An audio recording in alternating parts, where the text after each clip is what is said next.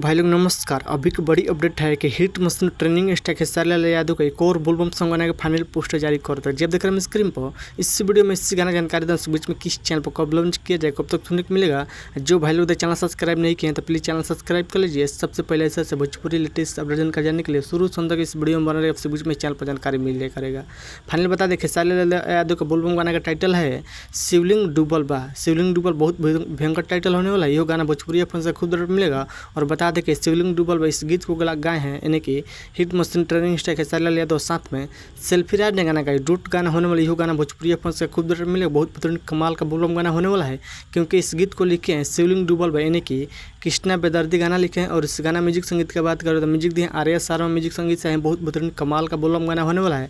आप सब बीच में इस गाना का टीजर आ गया है। जो टीजर नहीं देखें जाइए, टीजर देखिए।